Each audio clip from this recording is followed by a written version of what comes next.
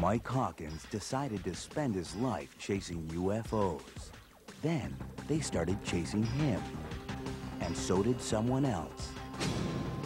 I'd be sleeping at night, 3 in the morning, and there's like 3 of these helicopters hovering over my house with no lights on. I think maybe I seen something I shouldn't have seen. The man who sees too much.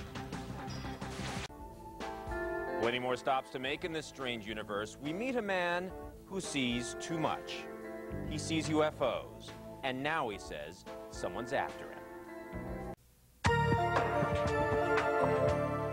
Mike Hawkins likes to travel and he likes to take pictures. The problem is that he likes to take pictures of UFOs, and it's forcing him to travel even more than he'd like. For as long as he can remember, Mike Hawkins has wanted to chase UFOs. He admits it may be more of a compulsion than a dream, but he's followed it anyway, traveling the country with little more than a change of clothes and his trusty camcorder.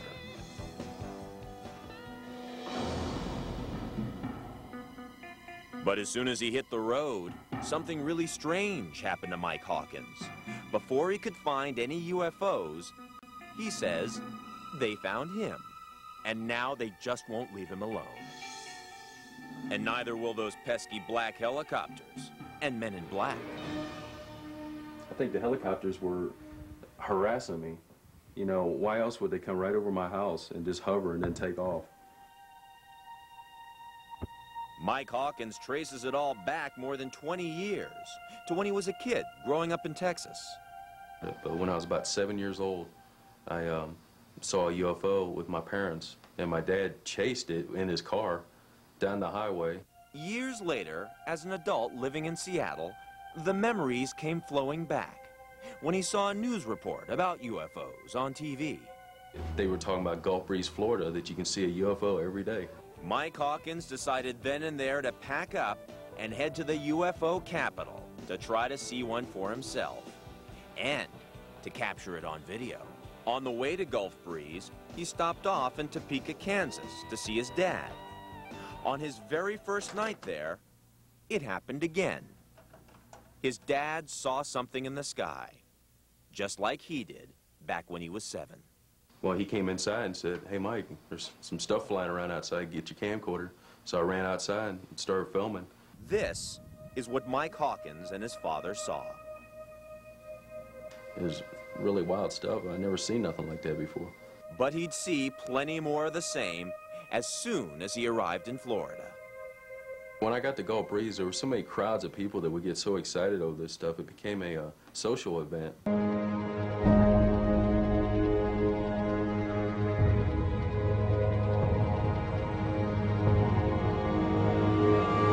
Mike Hawkins has hundreds of shots of what he claims are unidentified flying objects over Gulf Breeze. This one is his favorite. And that wasn't all he saw in Gulf Breeze. I had people in black limousine-type vehicles stop in front of my house. Then, other black vehicles began appearing over his home. I'd be sleeping at night, 3 in the morning, and there's like 3 of these helicopters hovering over my house with no lights on. Men in black, black helicopters, the Phantom, and some say sinister forces who are said to show up when UFOs are sighted. No one knows where they're from. Mike Hawkins says the mysterious visitors actually came right into his home while he was out. I came inside, my door alarm was sounding, and I'm looking around. Here's all my videotapes. Some of them were out of their cases. Mike Hawkins thinks he might have seen and captured too much. I think it was just a harassment technique to get me to get out of UFOs, to totally get out of it.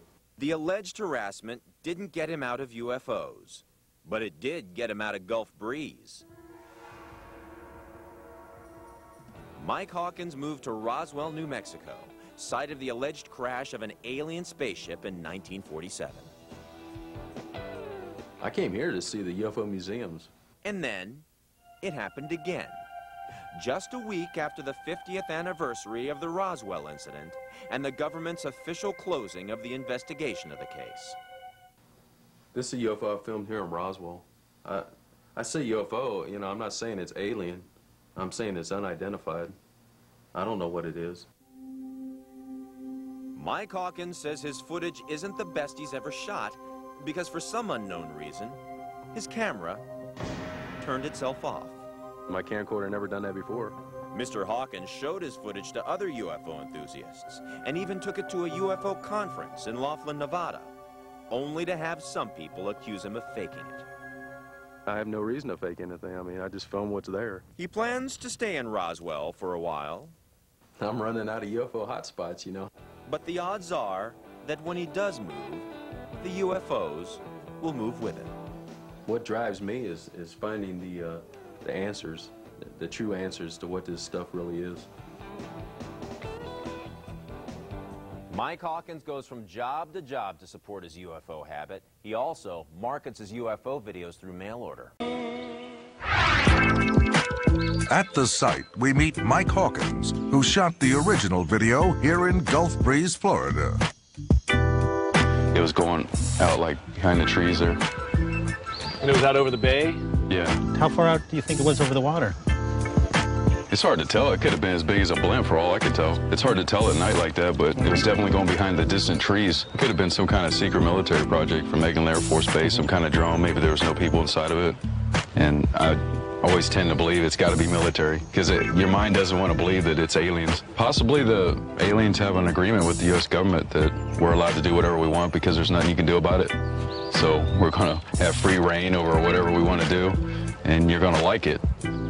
I have a hard time a lot of days even believing the alien agenda at all. But then other days I think, well, maybe it's plausible. I wish I would physically see an alien, then I would know. We'll see what we can do. Yeah.